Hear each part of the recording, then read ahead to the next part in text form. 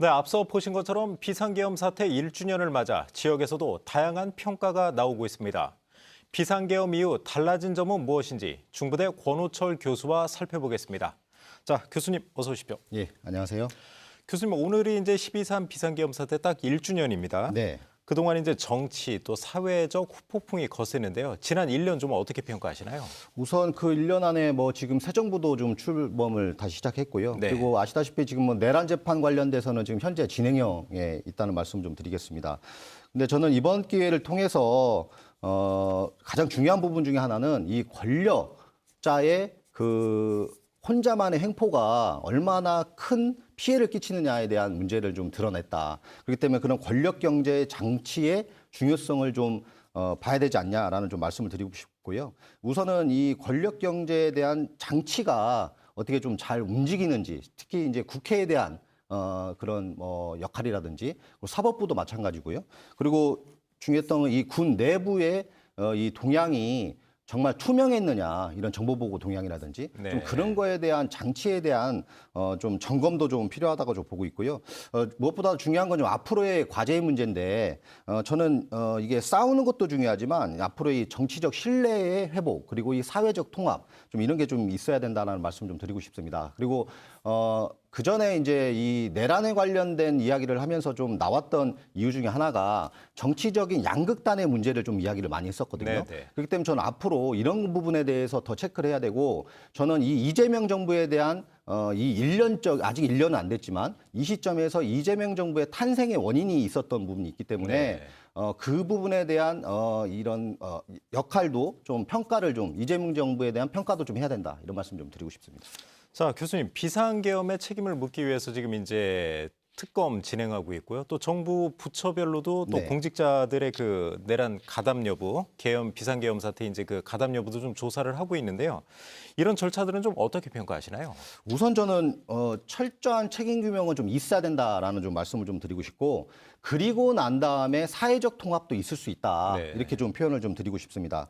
그리고 중요한 것은 지금 국민들의 여론을 좀 보면요. 지금 내란 재판의 과정 속에서의 강도 그리고 이런 진상 규명 이런 부분에 대해서 조금 더 강해야 되지 않냐라는 의견이 제가 보기에는 좀 다수인 것 같아요. 아, 그래요? 그렇기 때문에 좀 그런 말씀 좀 드리고 싶네요. 네. 그런데 일부에서는 좀 내란 몰이가 좀 지나치다 네. 이런 얘기도 좀 나오고 있고요. 또 오히려 이제 그 정치는 이제 서로 이제 협치를 해야 되는데 오히려 긴장만 키우는 거 아니냐 이런 좀 불만도 나오고 있단 말이에요.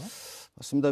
야당 입장에서는 굉장히 거슬리겠죠. 네. 그리고 또 이거를 지방선거까지 내년 6월에 있는 지방선거까지 끌고 가는 거 아니냐 뭐 이런 이야기도 좀 하는 부분이 그런 이유 때문에 있을 텐데요. 저는 이런 진행 과정 속에서 정치적 긴장감은 당연히 있을 거라는 생각을 좀 들고 있고 결국은요. 이 책임 규명은 이 제도의 신뢰를 회복시키는 좀 과정입니다. 근데 이런 상황 속에서 자꾸 회피하려고 하면 오히려 불신이 더 커질 수 있다라는 좀 말씀을 좀 드리고 싶고 그리고 저는 좀 중요한 점 하나인데요. 지금 야당이 아시다시피 오늘도 뭐랄까요? 지금 원내대표와 장동혁 대표, 송원석 원내대표와 장동혁 대표의 그 사과와 여러 가지 문제가 지금 투트랙으로 간다는 거지 않습니까? 네네. 정당은 그 같은 생각을 가진 사람들이 정치적 이상을 실현하는 곳입니다. 그렇죠. 저는 굉장히 좀 무책임하다고 봐요. 이런 식으로 가면 오히려 이런 제2의 특검을 더 명분을 주는 일일 것이다. 그래서 저는 반성해야 된다고 생각합니다. 자, 지역 상황도 좀 살펴보겠습니다. 그 비상계엄 사태 계기로요. 충청권의 이제 정치 지형도 좀 크게 흔들리지 않았습니까? 예. 지역 민심은 좀 어떻게 좀 달라졌을까요? 아시다시피 충청권은 어느 진영이 이렇게 쏠림 현상이 있는 지역은 좀 아니지 않습니까? 네. 그래도 이번 내란으로 인해서 이게 중도 성향이 좀 강한 이런 충청권에서는 그때 당시에 좀 강하게 좀 출렁였다고는 좀 볼 수 있는데요. 그래서 이제 더더군다나 이제는 이 정부 여당에 대한 뭐랄까요 더 엄격한 평가가 있을 것이다라는 좀 말씀을 좀 드리고 싶고 야당도 지금처럼 하면 안 됩니다. 이 대안을 좀 제시하는 역량이 좀 필요해 보이는 걸 좀 말씀드리고 싶고 네.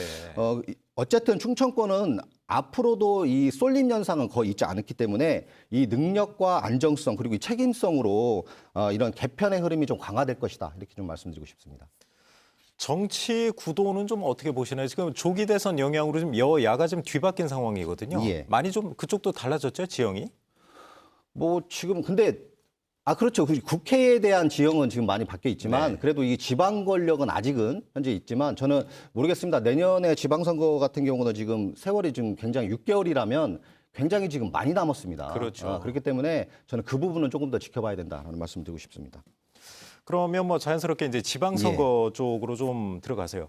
아까 이제 그 국민의힘에서는 정부에서 이제 이 이슈를 계속 지방선거까지 끌고 가는 거 아니냐 이런 예. 걱정을 좀 많이 하고 있다고 지금 하셨는데요. 예. 비상계엄 후폭풍 내년 6월 지방선거까지 계속 유지가 될까요?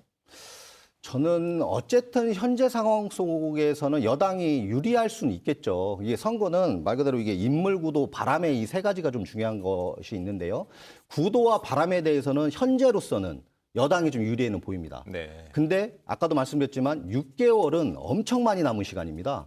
그 안에 어떠한 일이 있을지 아무도 몰라요. 네. 그렇기 때문에 그 안에 큰 변수가 없다라고 하면 구도와 바람은 여당이 유리한데 결국은 인물 싸움이 될 겁니다. 그렇기 때문에 저는 이런 인물에 대한 이 전문성 그리고 책임성 아까에 대한 그런 능력 여러 가지에 대해서 좀 안정적 관리를 하게 된다면 저는 이 충청도의 선거는 그때 가봐야지 알겠지만 저는 큰 차이 나지 않는 선거가 될 것이다. 이렇게 좀 말씀드리고 싶습니다. 지금 인물이 중요하다고 하셨지만 사실 그 대선 직후에 치러지는 지방선거는 사실 여당이 사실 유리했었거든요. 지난 지방선거도 그렇고. 그렇죠. 그렇게 보면 여당이 일단 좀 유리하다고 봐야 되지 않을까요? 그래서 아까 말씀드렸던 것처럼 제가 구도가 지금 그런 부분입니다. 그러니까 이게 대선 지난번 선거 때도 그랬습니다. 네. 윤석열 대통령 이후에 지방선거에 거의 싹쓸이를 했지 않습니까? 그렇죠. 이번도 구도는 그런데 제가 보기로는 우리 충청도 지형으로 봤을 때는 인물이 중요하다. 구도와 그런 아까 말씀드렸던 환경 부분에 대해서는 그 지금 말씀드린 것 때문에 이재명 정부의 다음 선거기 때문에 네, 바로 네. 있는 유리는 해 보이지만 충청도 지형은 그렇게 쏠림 현상이 많지가 않아요. 그렇기 때문에 저는 인물을 잘 내는 곳이 민주당도 인물을 잘 내서 더 크게 이길 수도 있는 건데 네, 네. 인물을 잘못 내면 간신히 이길 수도 있는 거고 그렇겠네요. 석패를 할 수도 있는 겁니다. 그렇기 때문에 저는 인물이 앞으로 중요할 것이다. 그리고 특히 충청도는 그렇다. 이렇게 말씀드리고 싶습니다.